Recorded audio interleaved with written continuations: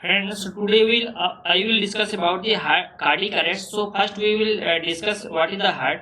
Heart is the fourth chamber, and two is the large chamber, and another two one is the small chamber. Just like in a house, just like four room is available, and two room is a large room, and another two one is a small room.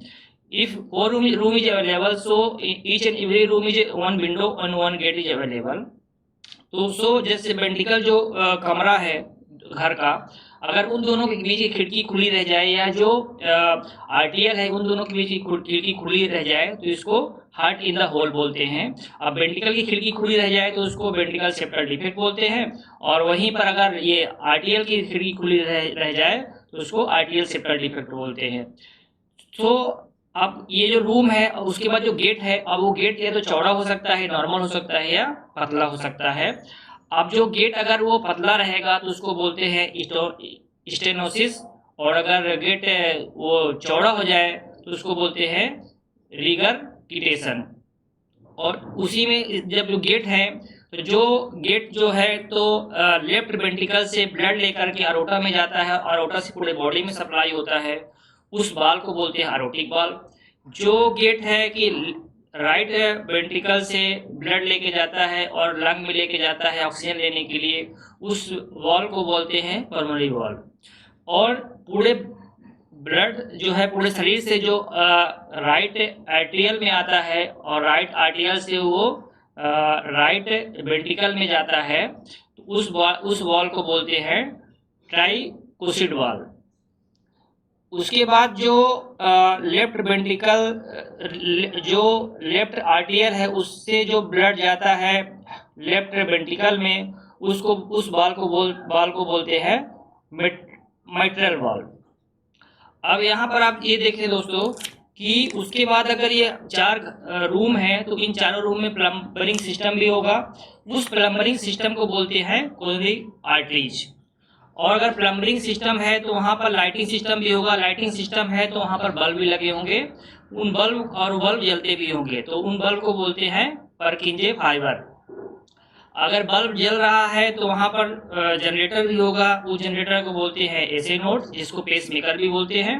और generator है तो inverter भी होगा, जिसको बोलते हैं एवी nodes. अब चूंकि जब जनरेटर हो गया, एवी नोड्स हो गया, तो उसके बाद क्या रहेगा कि जो दीवार है तो वाल है, जो उस वाल में प्लास्टर भी रहेगा, तो जो प्लास्टर रहेगा तो उसके जो इनर सरफेस को बोलते हैं इंडोकार्डियम बोलते हैं, जो बीच की लेयर होती है उसको मायोकार्डियम बोलते हैं, और जो बाहरी लेयर होती है इसको पेरिकार्डियम बोलते हैं।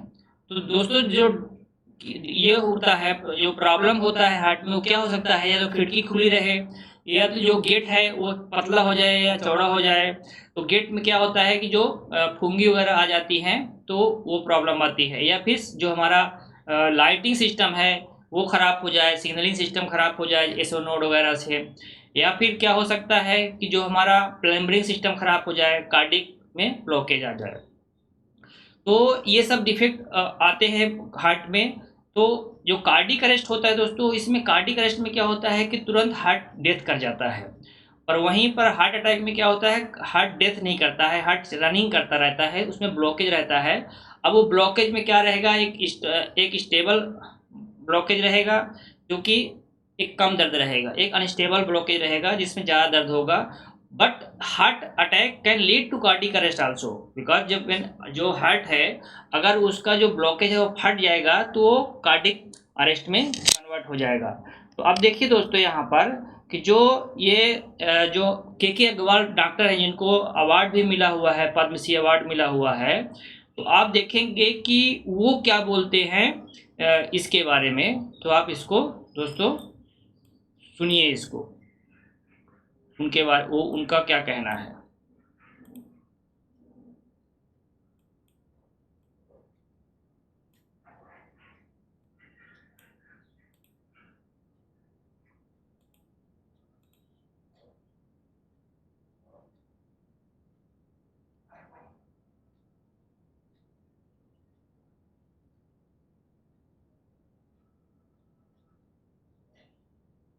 मरने के अगर एक आदमी मर गया है और आपने उसको जिंदा करते हुए हड्डियां तोड़ दी, तो जो हड्डियां तो हम जोड़ देंगे, लेकिन जिंदा आदमी में प्रैक्टिस नहीं करना। तो ये मेरी हाथ जोड़ के रिक्वेस्ट है। लेकिन मैसेज याद रखना, पास करना। ये एक मरा हुआ इंसान है, इसकी डमी है, मैं दिल्ली से लेकर आया हूं सिर्फ आप लोगों को दिखाने के लिए। ऊपर तक सबको दिखाई दे रही है। इसको, मरे हुए आदमी को जमीन पे लिटा दो, सोफे पे नहीं, बिस्तर पे नहीं, और उसके बाद में सावित्री आसन की पोजीशन में बैठ जाओ। और सावित्री आसन है घुटने के बल खड़ा होना। घुटने के बल खड़े होने को सावित्री आसन बोलते हैं। इस पोजीशन में आप नहीं कर सकते, खड़े होके नहीं कर सकते। तो सावित्री आसन में आप बैठ गए। इसके बाद में सावित्री मुद्रा। सावित्री मुद्रा का मतलब है दोनों हाथों को बिना कोहनी को मोड़े सीधा कर लिया, इस पोजीशन में। अगर आप ऐसे करेंगे तो सक्सेसफुल नहीं होगा। तो सावित्री मुद्रा।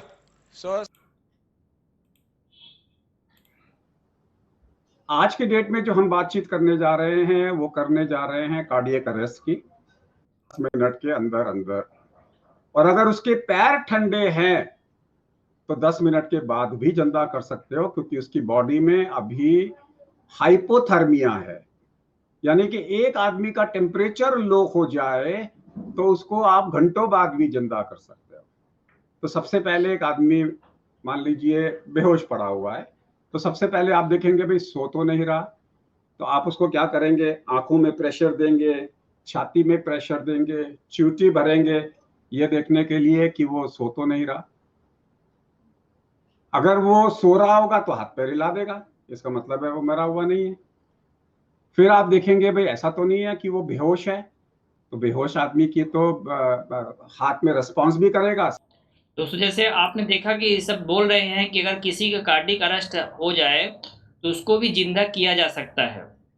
तो उसको जिंदा कैसे किया जा सकता है? अगर हम उसको ट्रीटमेंट जो है तो बिना पैनिक होते हुए 4 मिनट के अंदर उसको ट्रीटमेंट हम दे दें तो उसको जिंदा कर सकते हैं। पर वो ट्रीटमेंट कोई और दूसरा नहीं दे सकता है, घर का फैमिली मेम्बर ही उसको ट्रीटमेंट दे सकता है।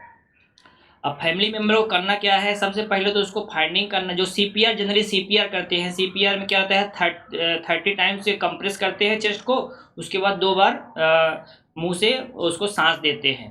पर यहीं पर गलतियां होती हैं, क्योंकि जब ऊपर हमने प्रेशर बना रखा है तो वो प्रेशर रिलीज हो जाता है। जैसे किसी फुग्गे को फुलाते समय बीच में छोड़ दिया जाए तो फिर से उतना ही मेहनत पड़ जाती है, तो उससे बचने के चांसेस कम हो जाते हैं। और 4 मिनट के बाद क्या होता है कि माइंड की जो सेल्स होती हैं वो डैमेज होने लगती हैं। तो ये हमारे पास 4 मिनट बहुत क्रूशियल टाइम होता है, जिससे आप जो अभी वीडियो देखे होंगे डॉक्टर के अग्रवाल का है, और वैसे ही आप डॉक्टर विश्वरूप राज चौधरी का भी देख सकते हैं।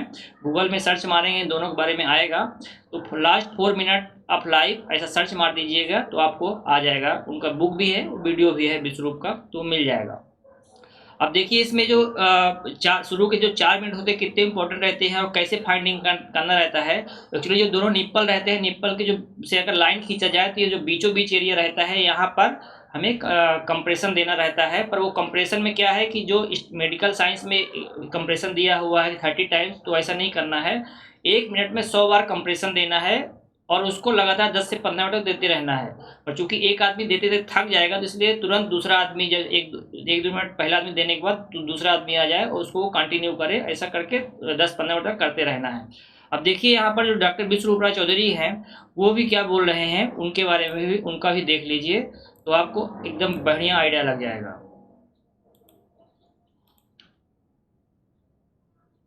जिंदगी का सबसे बड़ा सच, डेथ। मान लीजिए आपके आंखों के सामने किसी की डेथ हो जाए तो आप क्या करेंगे? No breathing, no pulse, no response, clinically dead. ऐसे में इंपॉर्टेंट है क्या नहीं करना है। पहला 180 सेकंड से लेकर 240 सेकंड तक is very crucial. The first 3 to 4 minutes is very important. तो क्या नहीं करने की लिस्ट में, नंबर 1, डोंट पैनिक।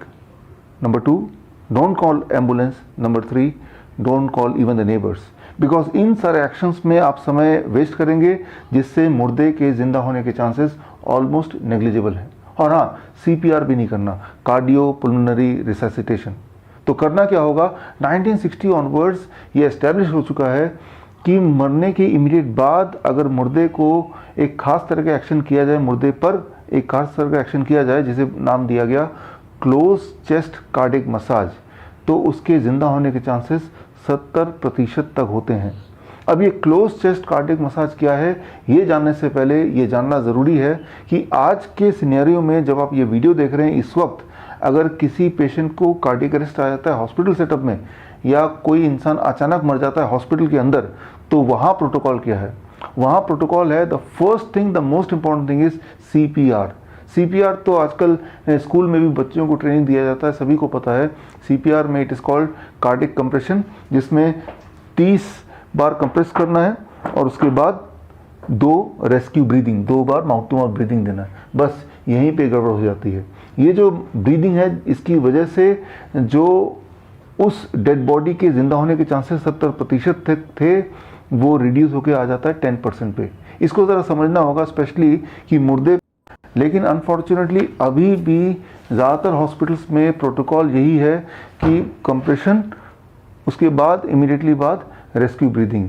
इसीलिए मैं अक्सर बोलता हूँ कि डेथ के इमीडिएट बाद हॉस्पिटल ना ले जाके आपको वहीं पे पेशेंट को ज़िंदा करने की कोशिश करनी चाहिए, क्योंकि हॉस्पिटल ले जाने लगेंगे तो 4 मिनट तो वेस्ट हो ही जाएंगे, बल्कि 10 मिनट तक किसी हॉस्पिटल में पहुँच जाएँ, इमरजेंसी तक पहुँच जाएँ, ये भी पॉसिबल नहीं है, और उस इंसान को पूरी तरह आप खो देंगे।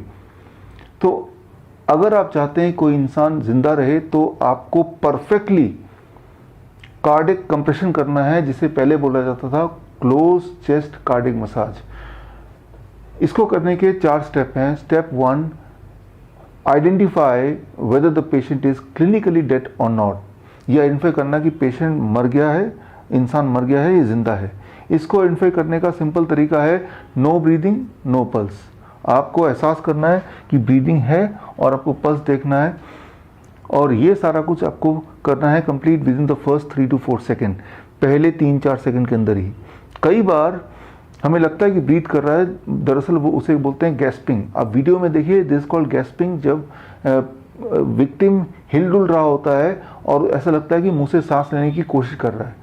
इसे भी आप क्लिनिकली डेड बोल सकते हैं अगर इसका पेशेंट का पल्स नहीं है। तो अगर गैस्पिंग आप देखें तो इमीडिएटली पल्स चेक करें, और पल्स अगर नहीं मिल रहा है तो समझ लीजिए this is a clinically dead body. इसका मतलब इमीडिएटली आपको कार्डियक कंप्रेशन शुरू करना है बिना समय वेस्ट किए। सेकेंड स्टेप ये है लोकेशन, कहाँ पे कार्डियक कंप्रेशन करना है, वो जगह लोकेट करना is the most important thing. अगर आप परफेक्टली जगह नहीं लोकेट कर पाएंगे फिर भी तो इसका मतलब वो दोबारा जिंदा होने की पॉसिबिलिटी को आप घटा रहे हैं। हाउ टू लोकेट परफेक्टली, उसके लिए देखिए, इसे बोलते हैं कोड ब्लू ट्रेनर्स टी-शर्ट। इसके माध्यम से मैं आपको बताऊंगा, ट्रेन करूंगा किस तरह से 2 सेकंड के अंदर आप राइट लोकेशन देख सकते हैं, फाइंड आउट कर सकते हैं। सो इसमें क्या करना है, आपका जो रिब केस है उस रिब केस को आपको फॉलो करना है। This is my rib cage, and rib cage को मैंने फॉलो किया। This is my rib cage, and यहाँ पे जहाँ पे मिलता है उसके ऊपर अपने फिंगर रखा, and this is the place. यहाँ पे आपको अपने पाम का हील रखना है, and this becomes the right place. So ये सारा कुछ एक्शन आपको कंप्लीट करना है within 2 seconds. That is लगभग यहाँ पे, that is it means nipple line के लगभग बीच में। So this action you have to complete within 2 second.